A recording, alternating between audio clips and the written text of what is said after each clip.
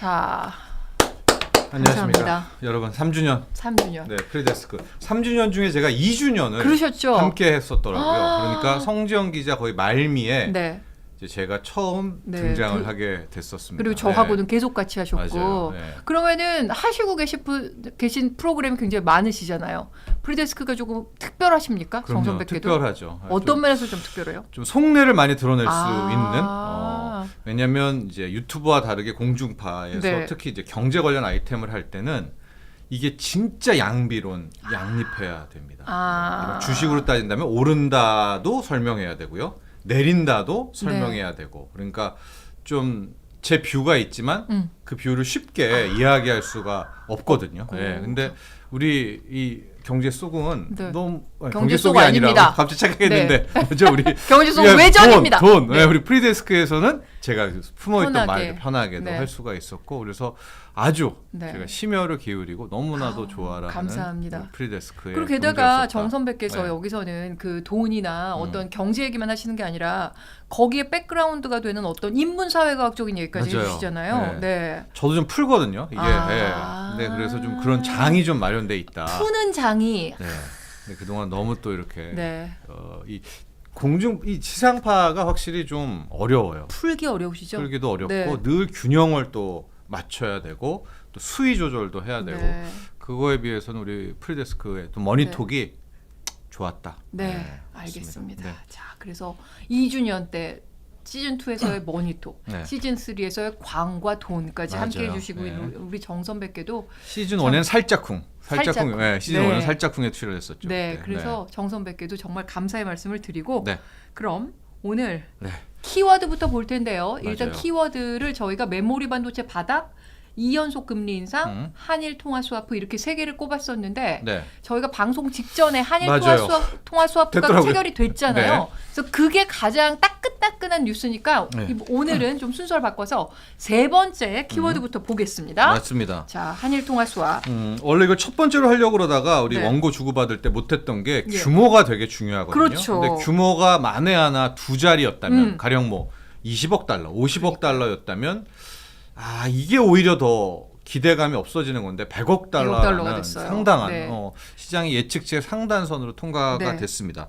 한일 통화 수합 우리가 2001년에 처음 한번 했다가요. 이거 쭉 이어졌고 2021년에 그 갱신도 되고 하다가 2015년에 끊겼고요. 네, 네. 이제 8년 만에 다시 이번에 한일 통화 스와프가 재개가 된다라는 말씀을 드리고, 이 통화 스왑이라는 건 뭐 여러 차례 설명을 해드렸는데 두 국가가 이렇게 네. 통화 스와프를 맺게 되면 어떤 유사시에 내가 좀 돈이 부족해 하면 네. 콜을 하면 그때 그렇죠. 했던 그만큼의 규모만큼의 돈을 빌려주는 거예요. 그러니까 소정의 이자를 내고. IMF 때처럼 외환이 막 빠져나가면 네. 그거를 그 통화 스와프한 국가에서 부족한 외화를 그렇죠. 빌려와서 예. 쟁여둘 수 있는 건 거죠. 맞습니다. 외환 보유. 그러니까 A국, B국이면 B국이 힘들다. 네. A국이랑 얼마 맺었다. 그만큼을 빌려올 수가 있는 건데 네. 통화 수합은 항상 상대국이 되게 중요하잖아요. 왜냐하면 상대 통화가 허접하다. 그렇죠. 그럼 그 나라랑 맺을 맺을 필요가 필요가 없죠. 없죠. 예, 예. 그 그리고 통화를 뭐 외환 보유고에 갖고 올 네. 필요가 없죠. 그런데 이제 여기서 중동 국가는 또 다르죠. 거기는 통화 자체로는 허접하다 하더라도 오일이 있으니까. 오일이 있으니까, 석유가 있으니까. 그런데 이번에 한일 통화 수합은 100억 달러. 그러니까 네. 규모도 상당했는데 또 하나의 의미가 달러 베이스로 아예 체결을 한 겁니다. 이게 네. 굳이 달러 베이스도 안 해도 되는데 이제 한 거죠. 이게 무슨 얘기냐? 네, 원과 어떤 N이잖아요. 네. 그럼 만약에 우리가 힘들다. 콜 100억 달러 규모의 콜하면 N을 줘야 되는데 예. 이번에는 일본이 갖고 있는 달러를 만들어서 우리한테 준다. 그러면은 그게 원달러 환율로 우리 원화 대비 일본이 갖고 있는 달러 이렇게 되는 건가요? 맞습니다. 예.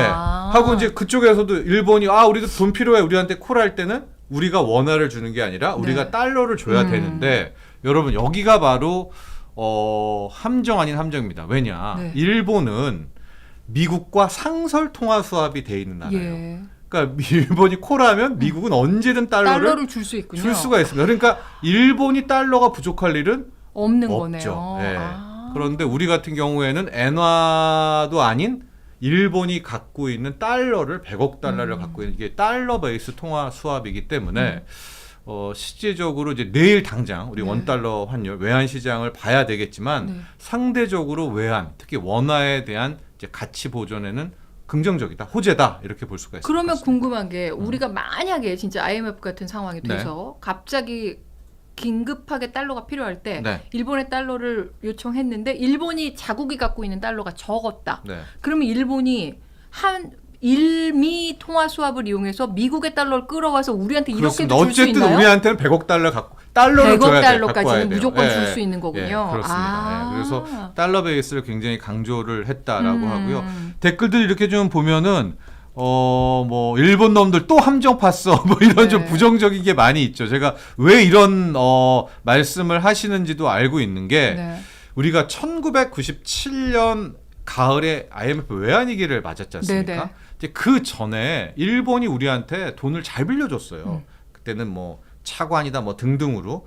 그런데 그런 위기가 됐을 때 정말 일본이 뭐 이거 확인되지 않은 사실이지만은 네. 전화도 안 받았다 하더라고요. 그러니까 우리가 97년 정말 힘들었었잖아요. 네. 그러니까 그때 일본한테 좀 달러 좀 달라라고 네네. 했을 때 일본이 완전히 그래서 우리를 더 처참하게 만들었기 때문에 아마 그런 사연들을 아는 분들은 믿지 마라 일본 하는데 예, 라이언님도 통수 쳤던 일본이었다 이렇게 얘기하는데 이번에 한일 통화 수합은 근데 좀 이게 좀 다릅니다. 왜냐하면 이거는 엔화도 아니라 달러로 서로가 맺어 있었기 때문에 우리도 지금 외환 외국어가 뭐 상당합니다. 네. 그때와는 완전히 다른 뭐 4천억 달러가 넘는 규모이기는 한데 여기에서 100억 달러를 했다라고 해서 제가 이제 내일 좀 외환 시장을 많이 주목을 하고 있어요. 네. 실은 외환 시장에서 그동안 이 한일 통화 수합이 된다는 소식은 들었고 이 재료가 분명히 반영이 됐을 거란 말입니다. 그런데 요번에 100억 달러 그 규모가 컸고 달러 베이스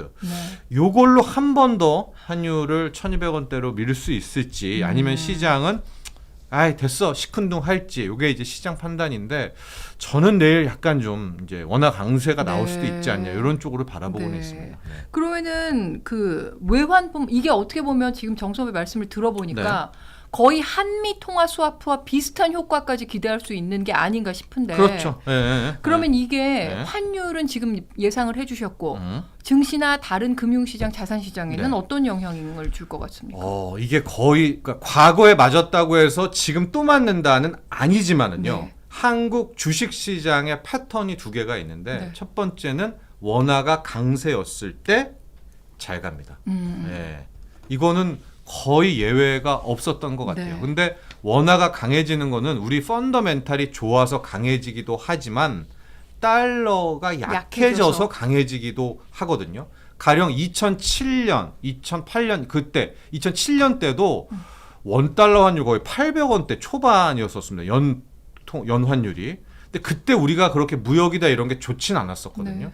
근데 그거는 기조적으로 달러가 약세였었는데 문제는 2007년에 대한민국 주식시장이 사상 처음으로 코스피 2000을 돌파했었던 네. 때입니다. 그러니까 앞으로도 여러분들이 주식시장 하반기 더 갈 거야 말 거야 이걸 판단하는 기준 하나는 원화 강세야 원화 약세야인데 실은 요번에 한일 통화 수합을 통해서 원화에 대한 가치가 그러니까 몸값이 더 높아져서 상대적으로 네. 원화 강세가 유지된다면 주식에는 절대 나쁠 거는 없죠. 예. 그래서 여러분들도 앞으로 주식 투자할 때는 환율 보시면서 네. 예. 올라가면은 안 된다. 예. 1,300, 1,200, 1,100 떨어질수록 이제 우리한테는 자산 시장에는 네. 호재다. 우리 국내요. 이렇게 해석하시면 될 것 같습니다. 어떻게 보면은 그 파월 의장 우리가 두 번째 키워드로도 얘기해 보겠지만 네. 그 긴축 의지를 이렇게 거듭 밝히면서 강달러가 다시 오는 거 아니냐 이런 네. 우려가 되게 컸었는데 예. 한일 통화 수합이 어떻게 보면 그런 면에서 조금 그거를 예. 뭐라 그럴까 방어해 준다고 할까요? 그럴 수 있을 것도 같습니다. 근데 여기 지금 돌고돌고님 네. 예리하세요. 이번 한일 통화 수합은 미국과의 금리 차, 이제 기준금리 역전됐죠. 예. 예. 오염수 방류라는 거대 악재를 이겨낼 호재인가 아닌가. 또 그렇다고 정부는 우기고 있는데라고 네. 얘기하는데 이 판단은 시장이 하는 겁니다. 음. 예, 시장이 진짜 이거는 시장한테 한번 맡겨 보시죠. 네. 한번 돌고돌고님. 예. 근데 이 우려가 좀 많으시긴 해요. IMF 때 한일 수합 통화 수합 있었는데도 나몰라라 했던 거. 그러면 네. 진짜 앞으로도 그렇게 되는 거 아니냐? 이 우려는 어떻게 통화 보세요? 수합을 나몰라 한 건 아니죠. 네. 이제 그때는 잘 빌려주다가 탁 끊어버린 거죠. 탁 끊어버린 거죠. 네. 통화 수합은 2001년부터입니다. 네네네네. 그 IMF 당시에는 통화 수합을 맺지 않았었던 겁니다. 그냥 그때 차관이었던 거죠. 돈을 안 빌, 그때 잘 빌려주다가 예. 그럴 때 좀 의도가 있었습니다. 네네네. 그건 뭐 야사에도 많이 나옵니다. 뭐 제가 네네. 막 그렇게 뭐 음모를 꾸미는 게 아니라 예. 그런 많은 분들이 증언을 하십니다. 97년도에 그 분들이. 알겠습니다. 네, 그러면 네. 이제 다시 돌아가 보겠습니다. 네, 그래서 내일 한번 보시죠. 네, 원달러 내일 환율과 원달러 환율과 네. 또 증시를 보면 이 한일 통화 스와프가 어떤 영향을 그렇죠. 줬는지를 좀 다음 주에 다시 한번 우리가 가늠해 볼 수 있을 것 네, 같습니다. 맞아요. 자, 그럼 첫 번째 키워드로 우리가 원래 하려고 꼽았던 했던. 네, 원래 메모리 반도체 바닥 물음표 보겠습니다. 한국 경 만약에 바닥이라면 네. 우리나라로서는 너무나 반가운 소식이잖아요, 맞아요. 이거. 네. 근데 바닥을 찍었다. 이렇게 볼 만한 무슨 이벤트가 있었습니까? 어제 이제 마이크론이라는 예, 그러니까 세계 미국의. 메모리 반도체가 세 개 회사가 이제 나눠 먹기를 하고요. 삼성전자, 하이닉스가 뭐 거의 갖고 있고 이제 마이크론 이렇게 3대장이다 이렇게 볼 수가 있을 텐데 마이크론이 우리보다 한 2주에서 3주 정도 실적 발표가 빨라요. 네. 그런데 다 메모리 반도체잖아요. 그러니까 마이크론 실적이 나오면 삼성전자와 하이닉스의 실적도 예측이 되고 그렇죠. 거기 끝나고 나온 컨퍼런스의 말이 상당 부분 삼성전자, 하이닉스까지 우리가 영향을, 예측을 할 수가 있을 네. 것 같은데 간밤에 나왔던 마이크론의 실적은 나빴습니다. 적자였는데 기대했던 것보단 덜 나빴어요. 일단은 그거 하나가 있어요. 이것도 그래 덜 나빴네. 적자이긴 하더라도 네. 그 다음에 마이크론 CEO가 나와서 이제 이야기를 하게 되는데 이제 이런 이야기를 합니다. 일단 메모리 반도체 매출 부분은 바닥을 통과했다. 예. 바닥을 지나갔다라고 이야기를 했고 당장 3분기부터 좋아질 수가 있고 재고가 줄어드는 것도 느껴진다라고 이야기를 했습니다. 우리가 메모리 반도체, 특히 반도체 이야기를 하면서 항상 두 개의 바닥을 먼저 얘기를 네. 했잖아요. 첫 번째 바닥이 가격 바닥. 가격이 바닥을 찍고 올라오는 게 첫 번째. 두 번째가 재고 바닥. 네. 재고가 쌓였다가 떨어지는 바닥. 그다음에 세 번째가 경기인데 네. 보통은 이게 시클리컬하기 때문에 가격 바닥, 재고 바닥 나오면 가거든요. 근데 가격 바닥은 삼성전자가 치킨 게임 이제 같이 안 하고 이제 네. 가격 하면서 그러니까 소위 말하는 감산에 돌입하면서 바닥은 찍은 것 같아서 매출액이 바닥을 지나갔는데 지금 마이크론 CEO 얘기에 따르면은 재고도 줄어든다. 즉 수요가 나왔다. 늘어나고 그 수요는 뭐겠냐? 뭐 AI, 뭐 생성형 반도체 이런 것들 때문이고 기대 이상으로 경기가 그리 나쁘지 않은 것 아니냐 이제 이런 얘기가 나오면서 우리도 굉장히 훈풍이 부는 것이고 당장 오늘 삼성전자 주가를 보시면 네. 알 수가 있겠죠. 52주 그렇죠. 네. 근데 마이크론의 CEO가 이렇게 공식적으로 메모리 반도체 바닥이라는 네. 걸 언급을 했다면은 조금 믿을 만한 얘기 아닙니까? 그렇죠. 네. 그래서 네. 오늘 아마 삼성전자도 뭐 최종 그 마감 종가는 조금 네. 떨어지긴 했습니다만 장중에 52주 신고가를 경신했고 SK 하이닉스도 웃었습니다. 맞아요. 그리고 네. 일부 증권사에서는 8만 전자 넘어서 9만 전자까지 갈 거라는 맞습니다. 목표 주가도 조정을 했더라고요, 오늘. 네, 맞아요. 하고 어떻게- 실적도 네. 굉장히 상향 조정하고 네. 했었는데 그렇습니다. 되게 우리 막 강민승님 전문적인 이런 것도 많이 주시고 있고요. 그렇죠? 예. 미래는 아름답다님도 반악은 지나갔다라고 보고 계시고요. 네. 그렇습니다. 9만 전자 설레발이라는 의견도 있긴 네, 있습니다. 있고요. 네. 주가는 정말 예측 불가하다라고 이제 그러니까요. 이야기를 하는데 네. 삼성전자가 이제 4만 전자, 5만 전자, 6만 전자, 그리고서 이제 7만 3천 원까지 오늘 네. 오게 됐었잖아요. 하이닉스도 이제 빠른 반등이 나오게 됐고 이렇게 되니까 당장 이제 7월 7일, 8일께 삼성전자 실적을 발표하게 되는데 네. 반도체 부분이 1분기 적자였었거든요. 삼성전자만 놓고 보면 하고 네. 2분기도 당연히 적자라고 생각을 했었는데 약간 수정치가 좀 나오고 있고요. 하이닉스도 2분기 적자 폭이 많이 줄어들 수 있다. 네. 이런 것들이 지금 반영이 되고 있는 이제 그런 상황이 네, 됐습니다. 그래서 네. 오늘 하이닉스는 주가가 또 1.7% 네. 가까이 뛰었어요. 자, 러브이너님, 조금 뜬금없는 댓글이긴 합니다만 우라들 장학금 탔다 이러셨습니다. 축하드립니다. 네. 축하드립니다. 장학금 타신 아드님을 두신 러브이너님, 우리 또 단골 시청자시거든요. 네. 자, 그러면 근데 아직까지도 네. 오늘 뭐 마이크론 CEO가 그런 얘기를 어제 했다고 하지만 AI 열풍이 거품이다 이런 것도 있습니다. 그리고 주가도 너무 올랐다 이런 얘기도 있고 생성형 AI가 메모리 반도체에는 수혜 못 준다. 그런 얘기도 있고 또 중국에 대한 미국의 규제도 여전하고. 그렇습니다. 그러니까 이게 완전히 이제 좋아진다라고 확신하기는 조금 어려운 거 아닙니까? 네, 이게 정철진의 돈 시간이고 제가 앞서 이제 제 뷰도 많이 전할 수가 있어서 좋았다 이렇게 얘기를 하는데요. 제 생각은 오늘 얘기했던 마이크론 CEO의 이제 매출 바닥, 그러니까 소위 말한 가격 바닥이 지났다고 하는 요 말이 현재 삼성전자 73,000원 장중에 찍었던 이 가격에 여기까지가 이건 반영된 거라고 보고 있고요. 다시 73,000원이 8만 9만 전자 가기에는 새로운 모멘텀이 또 필요하다고 있어야죠. 저는 봅니다. 하고 AI 뭐 반도 생성형 AI 때 뭐이다라고 하는데 계속 누차례 말씀드렸죠. 생성형 AI에는 그렇게 메모리 반도체 호재는 아닙니다. 이거는 이제 GPU 뭐 이런 쪽에 아주 계속 반복 학습하는 이런 쪽이기 때문에 그래서 그닥 그렇게 메모리 반도체의 큰 호재는 아니다라고 볼 수가 있어서 뭐 좋죠. 가격 바닥이 지났다, 매출 바닥이 좋기는 하지만은 실제적으로 수요가 더 늘어서 확실하게 재고가 이제 꺾이는 모습들이 나오게 되는지를 앞으로는 확인해 볼 수가 있을 것 같고요.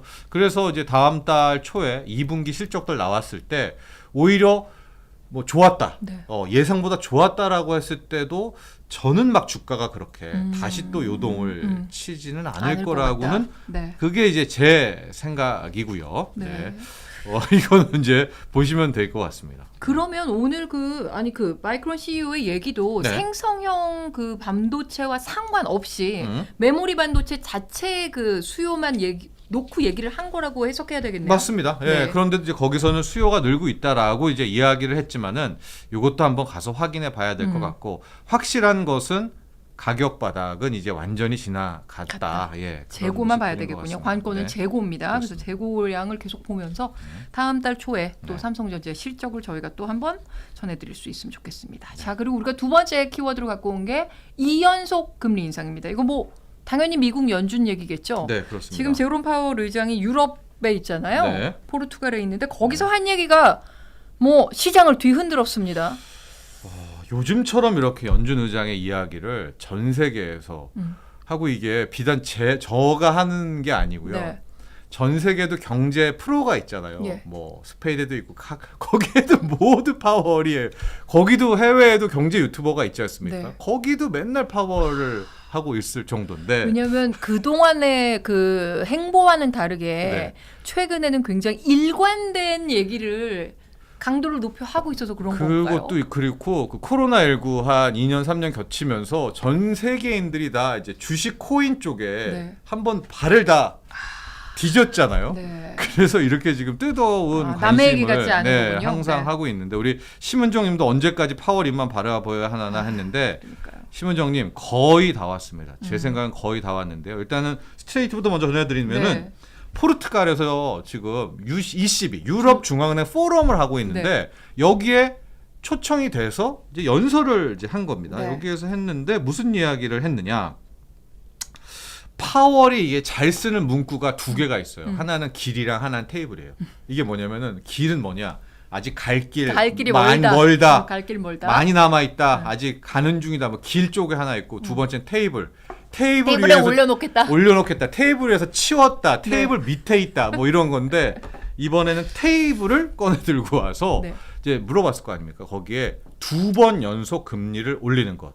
즉 7월 FOMC, 8월은 없고요. 9월 FOMC 두 번 연속 올리는 게 테이블 위에 있다. 안 치웠다 아직. 이야기를 하면서 중앙은행장이요. 이 정도 이야기를 했다는 건 두 번 올린다는 겁니다. 두 번 올린다라고 이제 대천명을 한 거다. 이렇게 봐야 될 것 같습니다. 그러면 오늘 그 어떻게 보면 그 물가 얘기도 했단 말이에요. 2%가 오기 어려울 거라는 얘기도 했어요. 내년에도. 그러면은 그것도 갈 길 멀다도 얘기를 한 거네요. 맞습니다. 길 얘기하고 물가도 안 잡힌다 이제 하겠다는 거예요. 그렇죠. 그래서 이렇게 계속 일관되게 앞서도 말씀드렸다시피 일관되게 매파적 발언을 아주 뭐라 그래야 될까요? 굉장히 비장하게 계속 얘기를 하고 있는데 만약에 이렇게 두 번이 현실화가 된다면 미국의 기준금리가 5.75%가 됩니다. 맞습니다. 그러면 하반기 증시 이거 어떻게 되는 겁니까? 일단 7월에 진짜 올리고 나서 기자회견 때 9월에 또 올린다라고 또 얘기하면 이번엔 찡이잖아요. 네. 그러면 자산 시장은 상당한 조정을 받을 수밖에 없습니다. 그래서 우리 앞서 이제 계속 입만 바라본다 했는데 네. 와, 우리 노천호님은 변덕쟁이라 한 번이라 생각한다. 오, 예리하세요. 근데 이번엔 조금 일관된 모습, 변덕을 좀 안 부리시는 것 같아요. 네. 그래서 제가 세 가지 시나리오를 지금 네. 이제 한번 나눠보려고 네, 합니다. 1번 시나리오, 현재 이게 다수설이고요. 1번 시나리오가 가장 많은 전문가와 시장 참여자들이 예측하는 겁니다. 네. 1번, 연준을 믿자. 그래도 연준이다. 2번 올린다. 7월, 9월 연속으로 올리고 네. 특히 8월에 있었던 잭슨홀 미팅 여기에서 작년 8월에 버금가는 강력한 멘트 친다. 그러면 초매파. 그럼 결과적으로 주식 뭐 기타 등등 자산 시장 어떻게 되겠어요? 뭐 완전 무너지죠. 무너지겠죠. 네. 반등 나왔던 집과 부동산은 다 무너진다. 무너지죠. 이제 이게 1번 로직. 네. 왜냐하면 연준의 권위와 오소독수가 있지 않습니까? 네. 이게 첫 번째 시나리오입니다, 여러분. 이게 1번 다수설이다.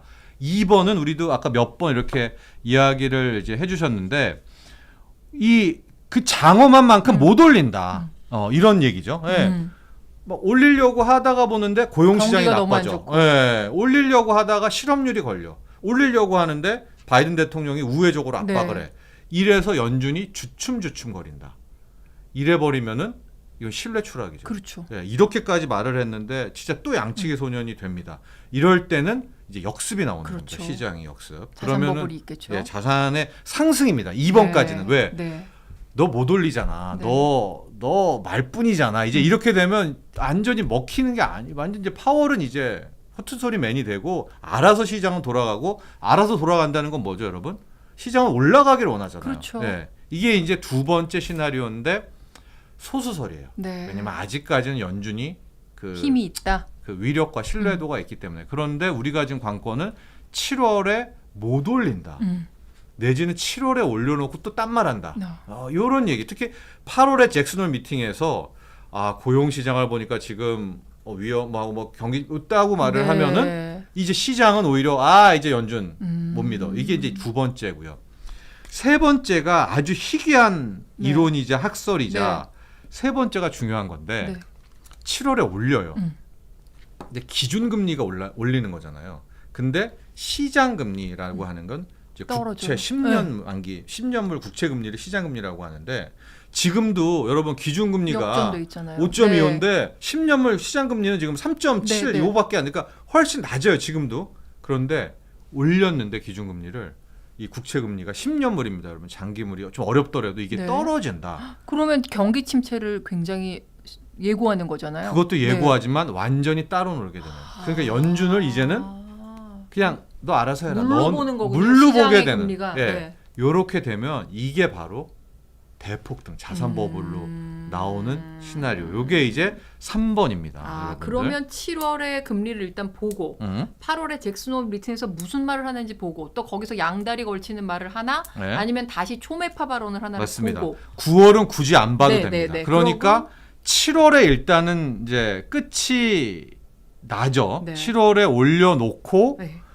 이제 아하하하 거봐라 날 무시했지 하고 8월 잭슨홀 미팅에서 내가 더 물가 잡으러 갈 거야 이래버리면 이거는 그냥 이제 예상대로 1번. 가는 거고. 예, 1번. 그럴 땐 여러분 이제 코스피가 2,600이 다였나 보네. 네. 네, 이제는 현금으로 인출하고 기다리겠습니다. 네. 뭐 이런 식의 대응하면 되는데 2번 이게 못 올리거나 뭐 이런 이야기, 뭐 굉장히 또 어정쩡한 갑자기 양다리. 막 노동시장이 망가졌다 이런 뭐 혓바닥이 길다 이런 표현하잖아요. 그런 얘기하면 주가 상승. 네. 세 번째는 올리건 말건 국채 금리가 먼저 더 떨어진다. 이러면 이제 시장은 완전 따로 논다. 이거는 대법원. 연준의 권위 추락. 이런 식으로 대법원. 이제 네. 생각해 보시면 되겠고요. 예. 또 저희와 함께 네네. 계속 함께 하시면요. 네, 프리데스크 함께 화요일과 하시면 목요일 저희가 날. 쉽게 네, 풀어드리니까요. 여러분 다 네. 그때마다 저희가 스트레이트를 해석해드리고 굳이 여러분들이 안 보셔도요. 제가 계속 보고 있거든요. 저희가 네. 매주 알려드리니까요. 네. 여기 우리나라 삐까뻔쩍 우리나라 하반기 증시 기대 안 해도 되죠 히히 하셨는데 이게 다수설은 안 해도 되는 건데요. 제가 항상 좀 느끼는 게 이 주식시장은 다수설로 잘 안 가더라고요. 네. 그래서 저는 좀 감히 기대하는 쪽으로 저는 네. 라이언님은 1번 파월이 폴 볼커 80년대 인플레이션 파이터였었죠. 미국 기준금리 20%였습니다 그때. 네. 네, 따라갈 거다. 자, 그럼 네. 오늘 좀 시간이 많지 않기 때문에 네, 여기서 이제 정리를 할까요? 네, 네. 일단 그 초선생님이 7월에 지금 두 분이나. 네, 7월 네. FOMC에서 어떤 결정이 나오는지를 보고 저희가 그때 또 경우의 수를 다시 한번 네. 정리해 드리도록 하겠습니다. 네. 자, 뭐 이렇게 오랫동안 저희와 함께 해주셔서 다시 한번 감사드리고요. 네. 앞으로도 금융시장, 글로벌 시장, 거시경제에 대한 뭐 해박한 지식과 분석 부탁드리겠습니다. 감사합니다. 4주년 때 네, 네. 다시 만나겠습니다. 네, 감사합니다. 오늘 감사합니다. 여러분 감사합니다.